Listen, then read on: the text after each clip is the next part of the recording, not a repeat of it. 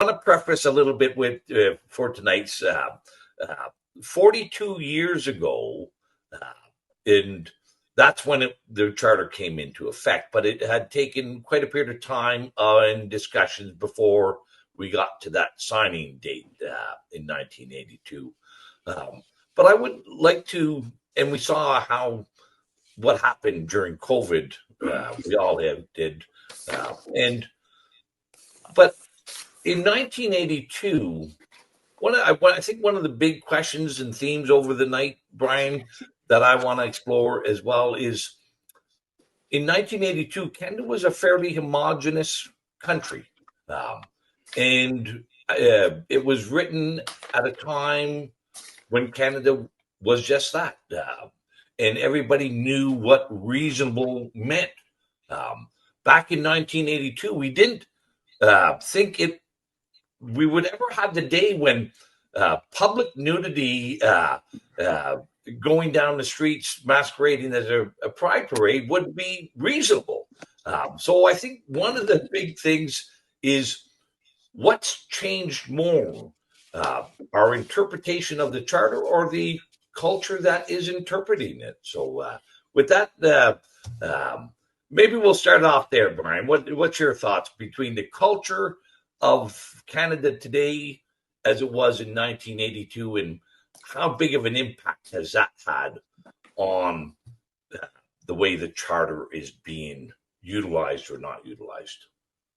Well, first of all, we can't talk about just the charter because the charter was only one part of the larger patriation agreement that was negotiated in 1981-82.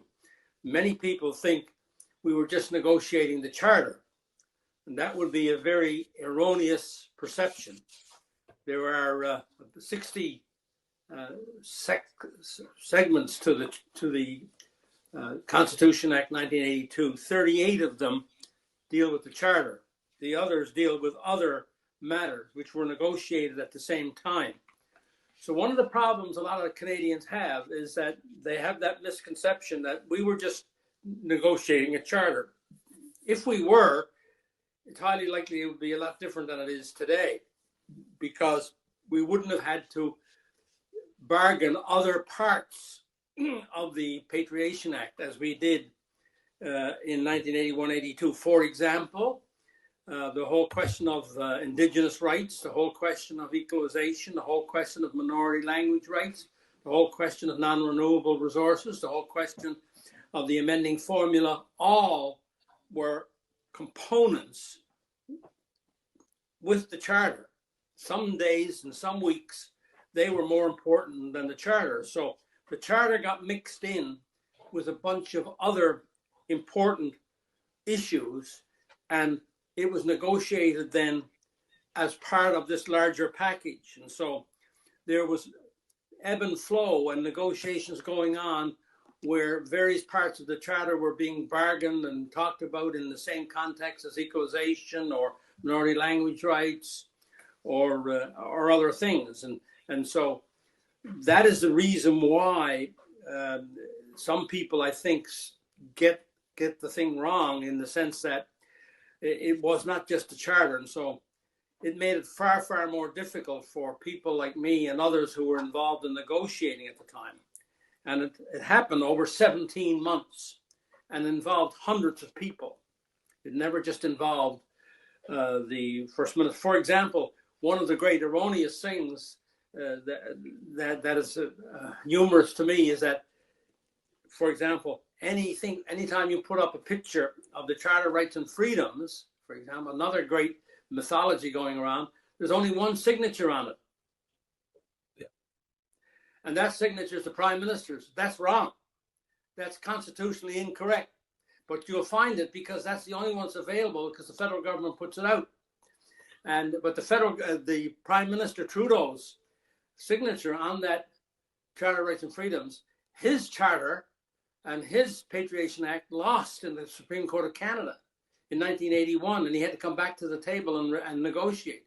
And that Charter of Rights and Freedoms, that Patriation Agreement of 60 items, was negotiated by 10 premiers and the Prime Minister. And so to have a legitimate picture framed of the patriation agreement or just the charter, some people just want to frame the charter, then you must have the names of all those who helped negotiate it on it. The only person's name who wouldn't be on it because they didn't agree with it was Quebec. And so Laurent Lévesque's name wouldn't be there, but all the other first ministers who were around at the time should have their names on it. So a legitimate charter to show what it's all about, because it was a national document. It wasn't a federal document. You see, by having just the prime minister's name on it, you've got a federal document. Well, that's the same as the Bill of Rights back in 1960 when Diefenbaker brought in the Bill of Rights. That was a federal act. The big issue and the big point about the Charter and the Patriation Agreement, it was a national document. That is, it was the Constitution of the country.